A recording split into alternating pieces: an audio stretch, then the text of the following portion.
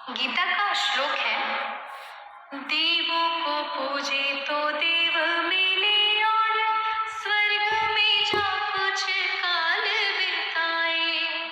पितरों को पूजे तो पितृ मिले और पितरों में जाकर बस जाए।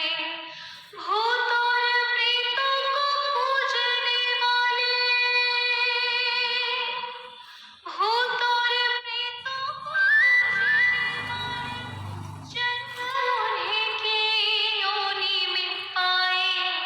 भोग के कर्मों के प्रारब्ध वो मृत्यु लोक में लौट के आए। लाख 84 योनि में फिर मानव तन में लौट आए। এত সুন্দর গীতা শ্লোক শোনানোর জন্য শিক্ষিকা ম্যাডামকে অনেক অনেক ধন্যবাদ জানাই। অনেক অনেক ধন্যবাদ।